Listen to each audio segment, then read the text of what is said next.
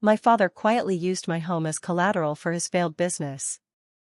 He called it shared responsibility when I got the foreclosure notice.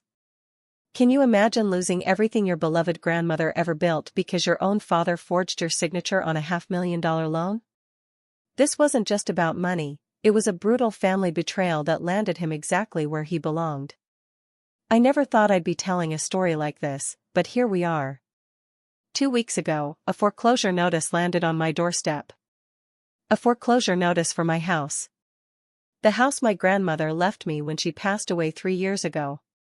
The notice claimed I was 6 months behind on a $450,000 business loan I supposedly took out 18 months ago. Here's the thing, I've never taken out any loan on this house. I've never even considered it. Let me give you some background. My name is Michael. I'm 29, and I work as a software engineer. When my grandmother, Patricia, passed in 2021, she left me her house in suburban Chicago. It's a beautiful Victorian home, worth about $750,000, completely paid off. Grandma raised me after my mother died when I was 7. This house? It represents everything she worked for. My father, Robert, he's 57. And he was absolutely furious when he learned about the inheritance. He expected to get the house himself, despite barely visiting Grandma in her final years. That should have been my first clue. That foreclosure notice arrived via certified mail on a Tuesday afternoon. My hands were shaking as I read it. According to First National Bank, I had taken out a $450,000 business loan in March 2023, using the house as collateral. The loan was supposedly for a restaurant venture called Robert's Table. The monthly payments of $4,800 had never been made, and now they were moving to foreclose. I immediately called the bank. The representative, Jennifer, pulled up the file and confirmed that, yes, the loan was in my name, secured by my property at 1847 Oak Street. She said I had personally signed all the documents and provided a power of attorney form authorizing Robert Thompson, my father, to handle the business aspects while I remained the guarantor. That's impossible, I told her, my voice tight. I never signed anything. I've never even been to your bank. Jennifer's tone shifted to something more guarded. Sir, I have copies of all the signed documents right here. Your signature is on every page, notarized by Anthony Mills on March 15, 2023. March 15th. My mind raced. I was in Seattle that entire week for a work conference. I had receipts, plane tickets, hotel bills. There was no way I could have been in Chicago signing loan documents. I need copies of everything, I said. Every document, every signature page, everything. She agreed to email them within 24 hours. I spent the rest of that day in a haze, calling my lawyer friend Brian for recommendations. He gave me the name of Catherine Walsh, a real estate attorney who specialized in fraud cases. The next morning, the documents arrived. I scrolled through page after page, my stomach sinking with each signature. They looked like mine, close enough that I had to look twice. But I knew I hadn't signed them. The power of attorney document was the most disturbing. It gave my father broad authority to make financial decisions regarding the house, execute documents, and manage any business ventures connected to the property. Then I noticed something else strange. The notary, Anthony Mills, had an address listed in the same neighborhood where my father lived. A quick Google search revealed no professional listing for him as a notary. Another search showed an Anthony Mills who worked at my father's country club as an assistant golf pro. Catherine Walsh agreed to see me that afternoon. She's a sharp woman in her 50s with steel gray hair and a no-nonsense demeanor. She reviewed the documents while I sat anxiously in her office chair.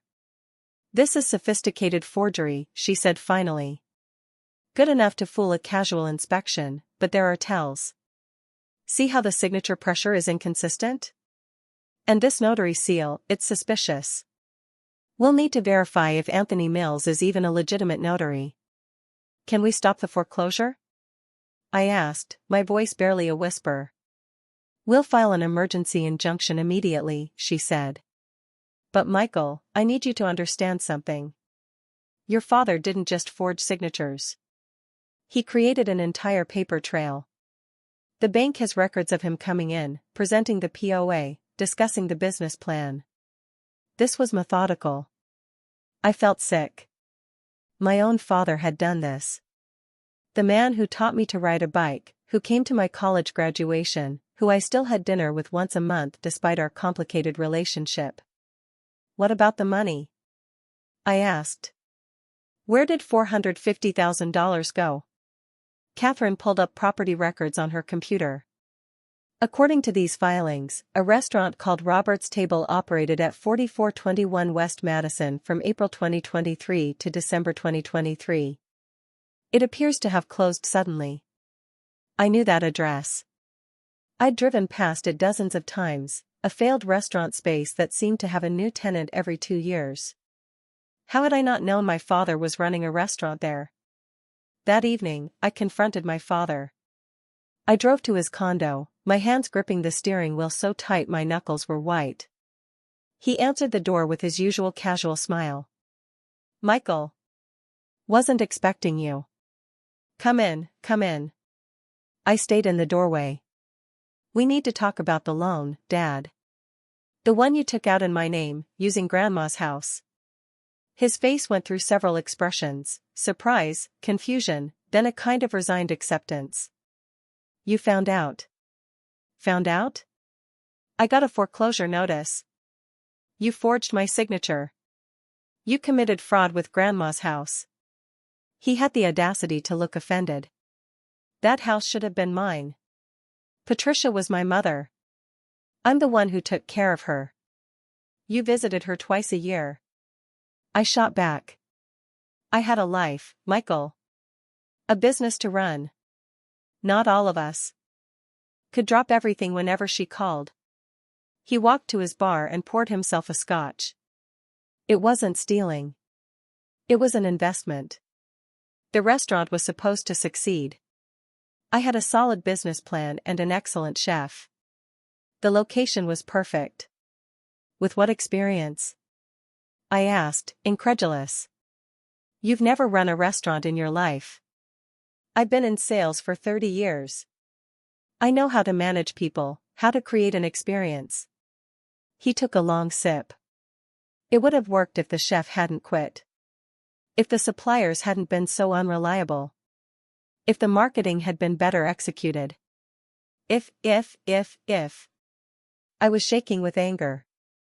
You risked everything Grandma worked for on a fantasy, and you did it by committing fraud. I'm pressing charges.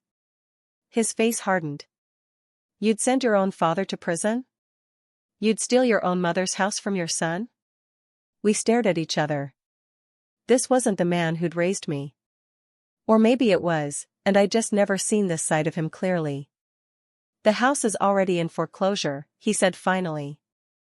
Even if you fight it, legal fees will eat you alive. The bank will win. They always do. We'll see about that. I left without another word. The next day, Catherine filed an emergency injunction to stop the foreclosure proceedings, along with a fraud complaint. The court granted a temporary stay, giving us time to build our case. That's where I am now.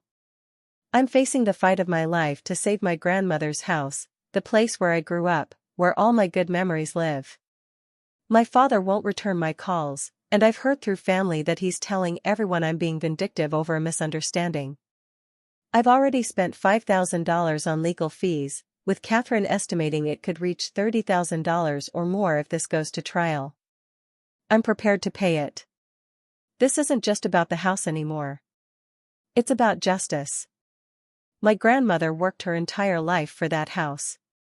She survived the Depression, raised 2 kids alone after my grandfather died young, and built a legacy she specifically wanted me to have. I'll update as things progress. Right now, I'm gathering every piece of evidence I can find: plane tickets, hotel receipts, work emails showing I was in Seattle. Catherine has hired a handwriting expert and is investigating the notary. We're also pulling records from the failed restaurant to show where the money went. To anyone reading this, double-check your credit reports. Make sure you know what loans are in your name. And sadly, don't assume family won't betray you for money. I learned that lesson the hard way. Update 1, Unraveling the Web 2 weeks later. I promised an update, and while I wish I had better news, things have gotten more complicated. Thank you to everyone who messaged with support and advice. Your stories about similar family betrayals, while heartbreaking, made me feel less alone. First, the investigation updates. Catherine's team discovered that Anthony Mills, the notary who supposedly witnessed my signatures, lost his notary license in 2019 for irregularities. Or, in another case, he never renewed it. So, every document he notarized for this loan was illegally notarized. You'd think this would be a slam dunk, right? Not quite. The bank's position is that they accepted the documents in good faith. They claimed they verified the notary seal, which was fraudulent but looked authentic, and had no reason to doubt the power of attorney. Their lawyer, a shark named David Sterling, is arguing that while they're sympathetic to my situation, they're still owed the money. Here's where it gets worse. Remember my brother, James? He's 31, works in commercial real estate, and has always been Dad's golden child. We've had a decent relationship, not close, but cordial. He called me last week saying he wanted to meet for coffee to discuss the situation. I heard about the mess with Dad, he said, stirring his latte. It's unfortunate. Unfortunate? Like Dad had accidentally broken a vase? He committed fraud, James. He stole from me. I understand you're upset, but Michael, let's be realistic. Fighting this will cost you everything. I've seen these cases. Banks don't lose. I studied his face. James inherited Dad's sharp features and apparently his moral flexibility. What are you suggesting? I could help. The house goes to auction. I buy it through my LLC at a discount. You get some money out of it. Better than nothing. I rent it back to you at below market rate until you're ready to move on. You want to buy Grandma's house at a foreclosure auction? I couldn't believe his audacity. I want to help you salvage something from this situation, he said, eyes gleaming, by profiting from Dad's fraud. He leaned back. I'm offering you a lifeline. The house is worth $750,000. At auction, it'll go for maybe $500,000. I'll make sure you get $100,000 cash to start over, plus the rental arrangement. Be reasonable, Michael. Get out. He left, but not before sliding a business card across the table. Call me when you're ready to face reality. That night, I couldn't stop thinking about their plan. This wasn't just my father acting alone. They were working together. Dad destroys my credit and forces a foreclosure. James swoops in to buy the property cheap. They probably figured I'd be so grateful for James' help that I wouldn't see the con. Catherine was furious when I told her. This establishes conspiracy. If we can prove they planned this together, it's criminal fraud, not just civil. We've been digging into their communications. Catherine subpoenaed phone records and found dozens of calls between Dad and James in the months before the loan was taken out. She also discovered that James' LLC, Thompson Real Estate Holdings, was formed just 2 weeks before Dad opened the restaurant. The smoking gun came from an unexpected source. My cousin Sarah, who works at the country club where Anthony Mills was employed, overheard him bragging at the bar about making easy money helping members with paperwork. She recorded him on her phone, admitting he'd notarized documents without verifying identity for a $5,000 fee. We took this to the police. Forgery. Fraud. Conspiracy. Suddenly, this wasn't just a civil matter. Detective Patricia Gonzalez was assigned to the case.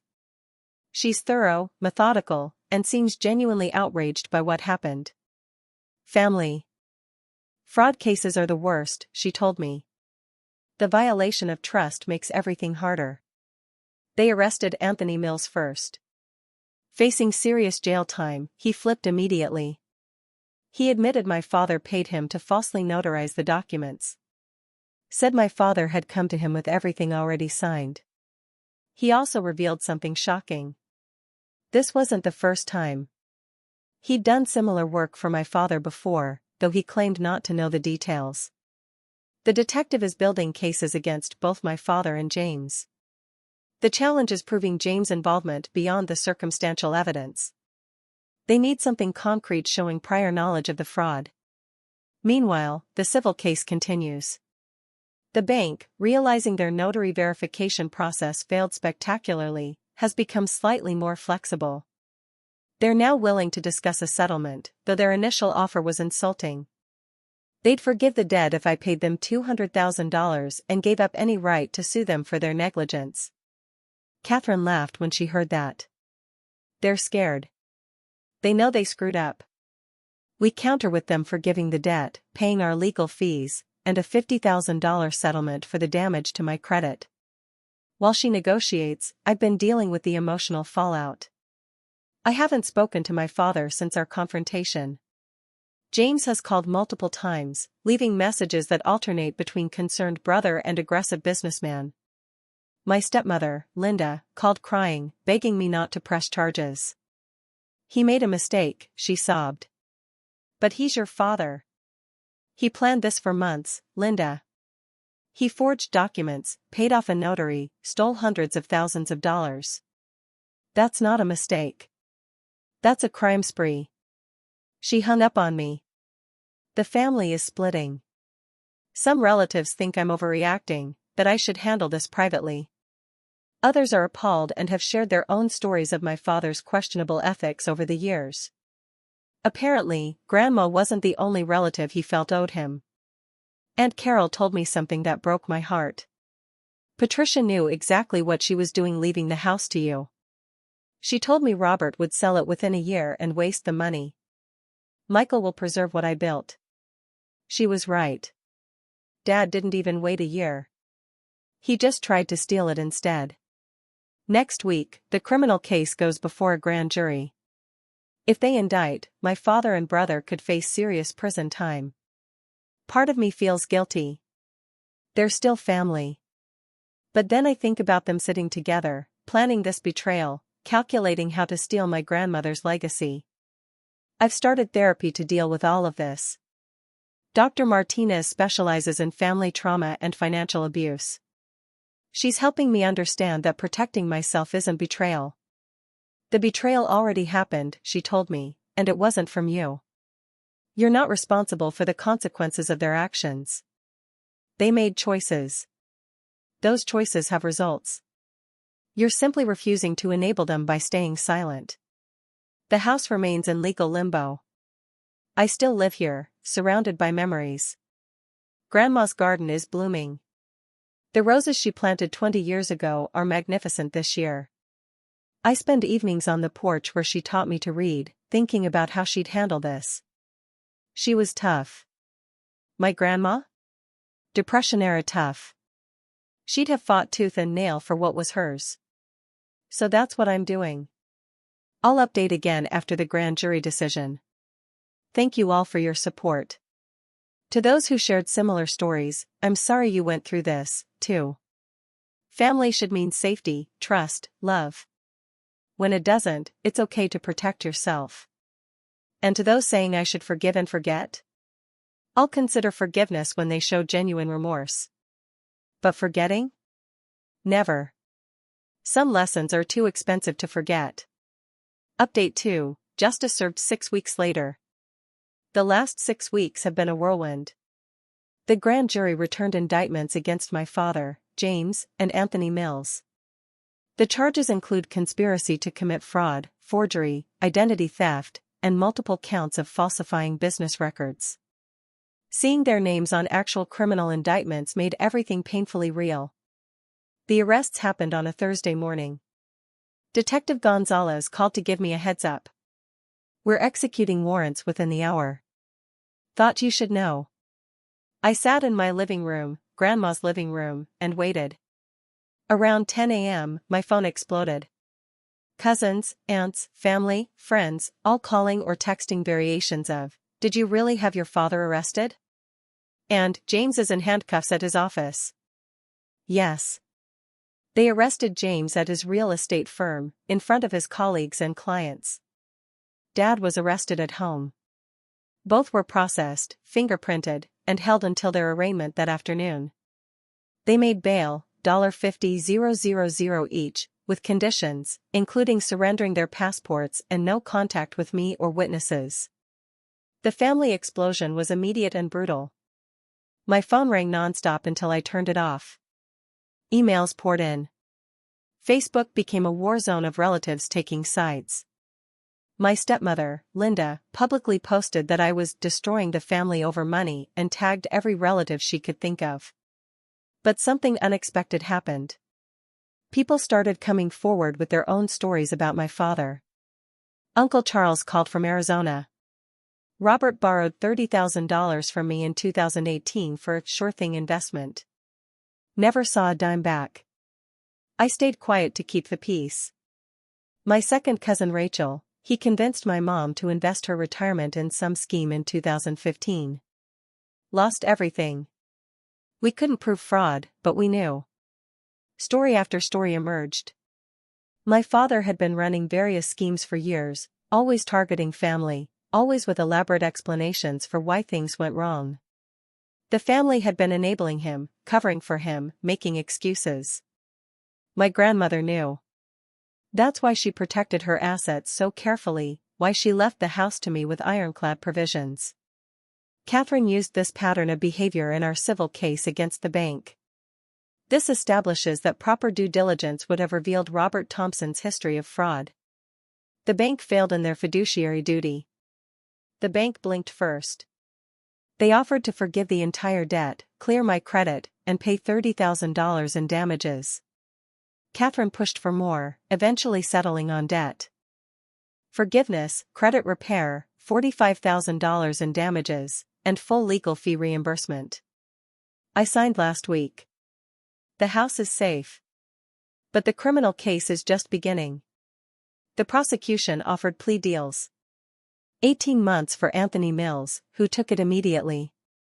3 to 5 years for my father. 2 to 3 years for James. They both refused, convinced they can beat the charges at trial. Their defense strategy became clear during a preliminary hearing.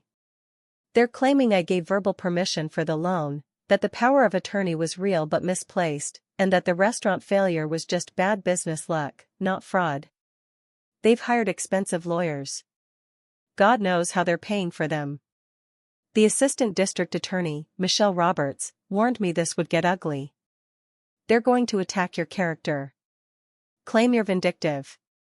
Say you promised them the house. Be prepared. She was right.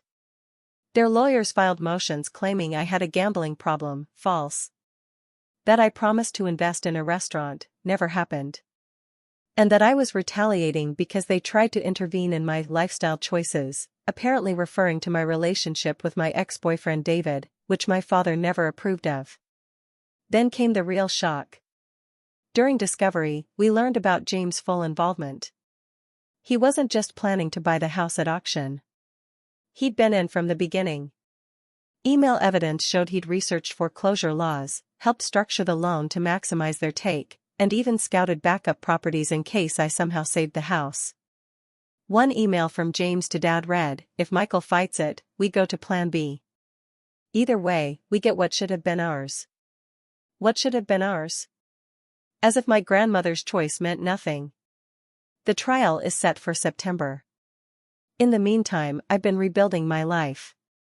I changed all my locks, installed security cameras, and got a restraining order after James was caught driving slowly past the house multiple times. I've also been going through Grandma's things more carefully. I found a letter she'd written but never sent. Dated a year before her death. "My dear Michael, if you're reading this, I'm gone, and you're probably dealing with your father's reaction to my will. I know he'll be angry. He always expected to inherit everything, despite barely being a son to me these last years. I'm leaving you the house because you loved it like I did. You see its history, its value beyond money.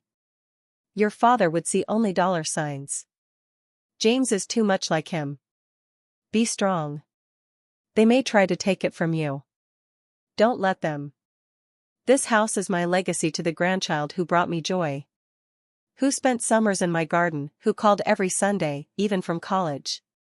Fight for what's yours. I'll be watching. All my love, Grandma Patricia. She knew. She knew they'd try something. I also discovered that Grandma had been documenting things. A notebook filled with dates and details. Robert asked for $50,000 today. Claimed it was for emergency medical bills. Found out later he bought a boat. Entry after entry of lies, schemes, manipulations. I gave it all to the prosecutor. Michelle Roberts actually smiled. Your grandmother was building a case from beyond the grave. This establishes a pattern of behavior going back decades. The notebook has become key evidence. My father's lawyer tried to get it excluded, calling it hearsay and prejudicial. The judge disagreed, ruling it admissible as evidence of pattern and practice. The personal cost has been enormous. I've lost relationships with relatives who think I've gone too far. My stepmother filed for divorce after learning about the other schemes. Some cousins won't speak to me, but others have grown closer, finally free to speak truth about my father. My therapist has helped me process the grief.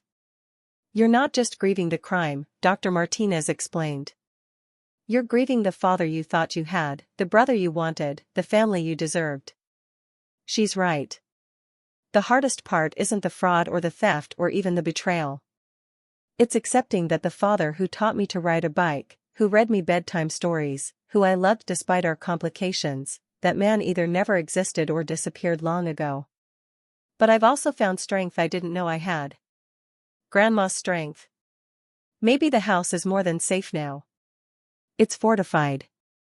I've updated the security, done long overdue maintenance, and started restoring her garden to its former glory. This spring, I'll plant new roses next to hers. I've also started a support group for family fraud victims. We meet monthly at the community center. There are more of us than you'd think.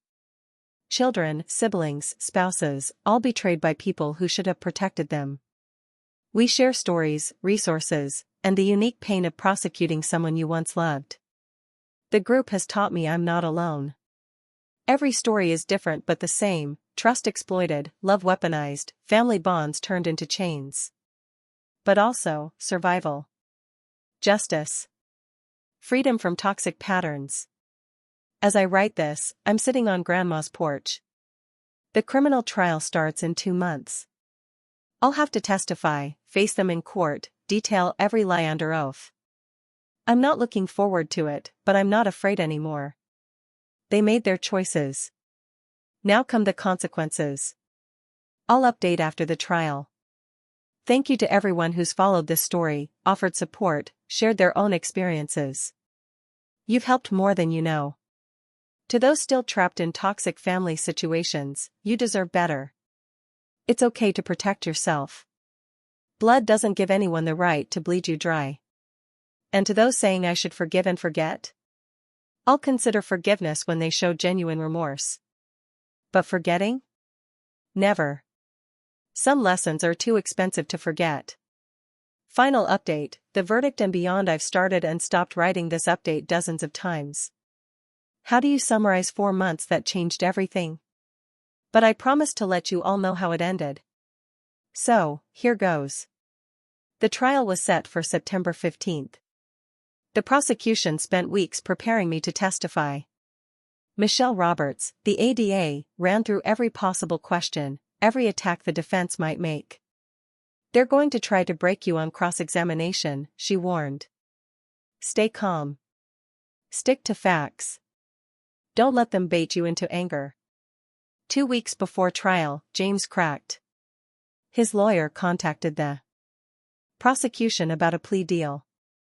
Apparently, the weight of evidence, especially Grandma's notebook and his own emails, made conviction virtually certain.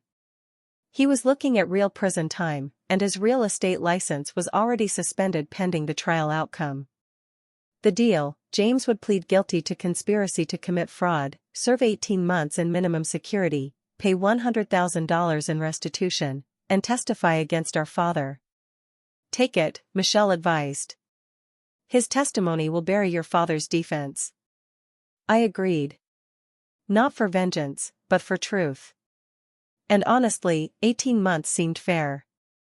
Enough to mark the seriousness of what he'd done, not enough to destroy his entire life. My father exploded when he learned about the deal. His lawyer withdrew from the case after my father accused him of sabotaging the defense. The new lawyer, a courthouse regular known for taking hopeless cases, immediately asked for a postponement. Denied. September 15th came, too fast and too slow. I wore Grandma's favorite tie clip, a small silver rose she'd given me for my college graduation. The courtroom was packed. Family on both sides, local media, financial fraud by a prominent businessman made headlines, and curious court watchers filled every seat. Seeing my father at the defense table was surreal. He'd lost weight, aged years and months. He caught my eye once and mouthed something I couldn't understand, or didn't want to. The prosecution's case was methodical.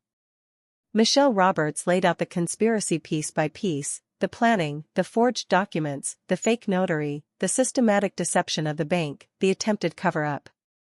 Anthony Mills testified first, detailing how my father approached him, paid him, coached him on what to say if questioned. Then came the documents expert who confirmed the signatures were forged. The bank officials who admitted they'd failed in due diligence. The forensic accountant who traced where the $450,000 went. Spoiler, very little went to the actual restaurant. My testimony took 2 days. Michelle walked me through discovering the foreclosure, finding the forged documents, confronting my father. I stayed calm, factual, even when describing the emotional devastation of realizing your father had betrayed you so completely. Cross-examination was brutal. My father's lawyer, Gregory Coleman, attacked everything. My relationship with my grandmother, implying I'd manipulated her. My sexuality, suggesting I'd hidden it from her. My career, claiming I made enough money to help my father but chose not to. My character, painting me as vindictive and greedy. Isn't it true you promised your father you'd invest in his business ventures? No. Isn't it true you told him the house was family property that should benefit everyone? No. Isn't it true you're pursuing this case to punish your father for not accepting your lifestyle? No. I'm pursuing this case because he committed fraud. On and on for hours, but I held firm. Stick to the facts. Don't let them bait you. The turning point was James' testimony. My brother, looking defeated in his plea deal suit, detailed everything. How Dad had approached him with the plan. How they'd researched foreclosure laws to maximize their take. How they'd identified Anthony Mills as someone who could be bought. How they'd planned to split the profits from flipping the house. Whose idea was it to target Michael specifically? Michelle asked. Dad's, he said. Michael didn't deserve the house. That grandma had been confused when she made her will. He said, we were just taking what was rightfully ours. My father's face during James' testimony was something I'll never forget. Rage, betrayal, disbelief cycling across his features. At one point, he tried to stand up and had to be restrained by the bailiff. The defense's case was thin. They called character witnesses who testified about my father's business acumen and community involvement. They tried to paint the restaurant failure as bad luck rather than fraud. They suggested I'd given verbal permission for everything and was now lying for revenge. My father testified on his own behalf, against his lawyer's advice. It was a disaster. He contradicted himself multiple times, claimed documents were misunderstandings, insisted he'd intended to pay back the loan despite never making a single payment.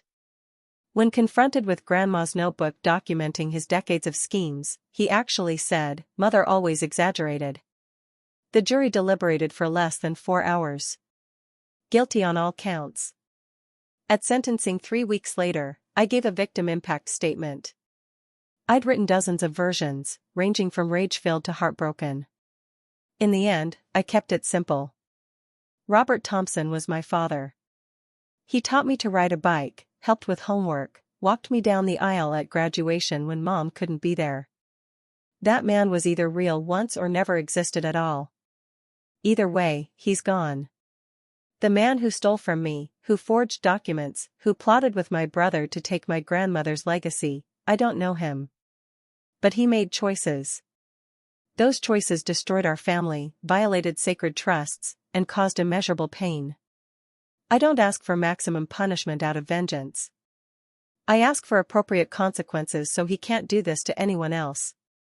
My grandmother documented victim after victim over decades.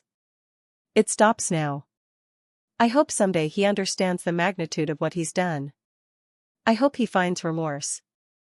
I hope he becomes the man I once believed him to be. But hope doesn't erase harm. Justice requires accountability.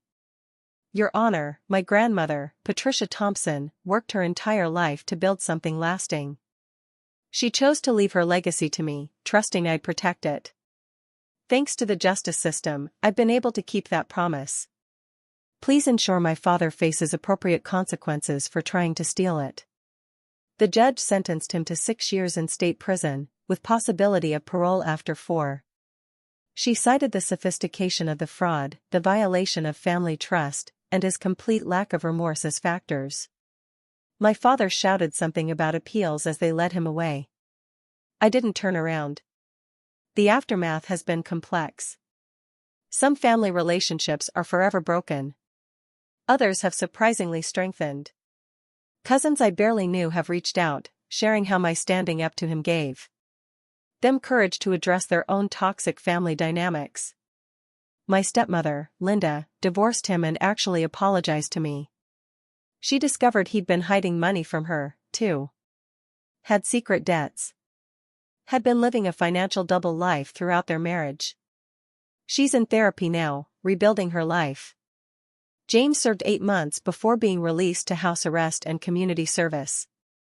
He wrote me a letter, a real handwritten letter, taking full responsibility and asking for nothing. I haven't responded yet. Maybe someday. The betrayal from him hurts differently than Dad's. He was supposed to be my brother. The house is fully, legally, irreversibly mine now. I finished the restoration projects Grandma had planned. Her garden is magnificent. The new roses I planted bloom next to her old ones. I host Sunday dinners for the cousins who stood by me. We're building new family traditions on the foundation of the old. The support group for family fraud victims has grown.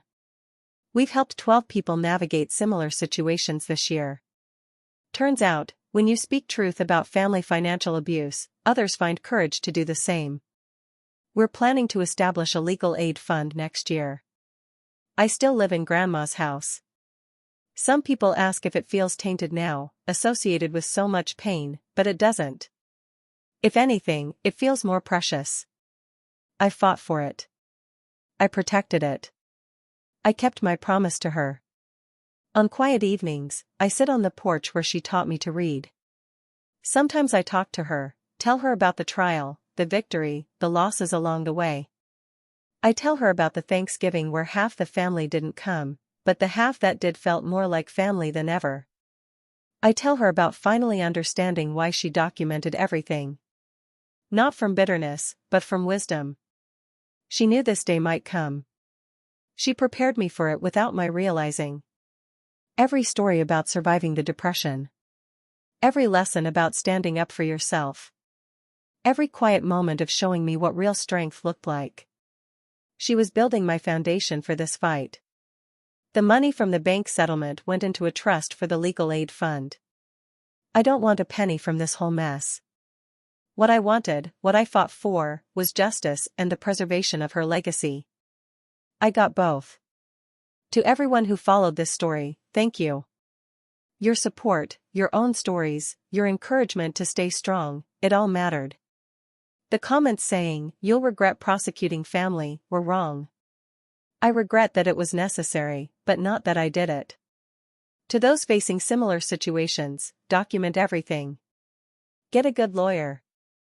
Don't let family be an excuse for abuse.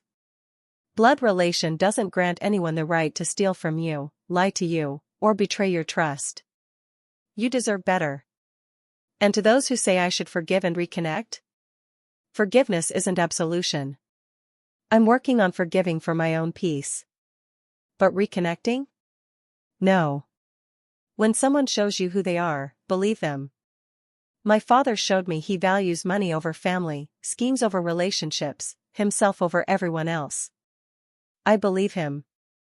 This is my final update. The legal battles are over. The criminal has been prosecuted. The house is safe. The family that matters has rallied around truth instead of enabling lies. I'm 30 now. I own a beautiful Victorian house, free and clear. I have a job I love. Friends who support me, and family members who chose integrity over complicity. I have scars from this battle, but I also have strength I never knew existed. Grandma was right. I preserved what she built. Not just the house, but the values it represents: hard work, honesty, protecting what matters, standing up to bullies, even when they share your DNA, especially then. Thank you all for being part of this journey. May your own families treat you with the love and respect you deserve. And if they don't, may you find the strength to protect yourself. Sometimes the best revenge isn't revenge at all. It's simply refusing to let toxic people destroy what you've built. It's living well in the house they tried to steal. It's Sunday dinners with chosen family. It's roses blooming in a grandmother's garden, tended by hands that fought to keep them. Take care, everyone. I'm going to go sit on my porch now, in my grandmother's house, and watch the sunset. Call to action: this journey was long and incredibly difficult. What stood out to you the most in this story? Have you ever had to choose between family loyalty and what's right, especially when money was involved? Share your thoughts in the comments below. I'd love to hear your perspective.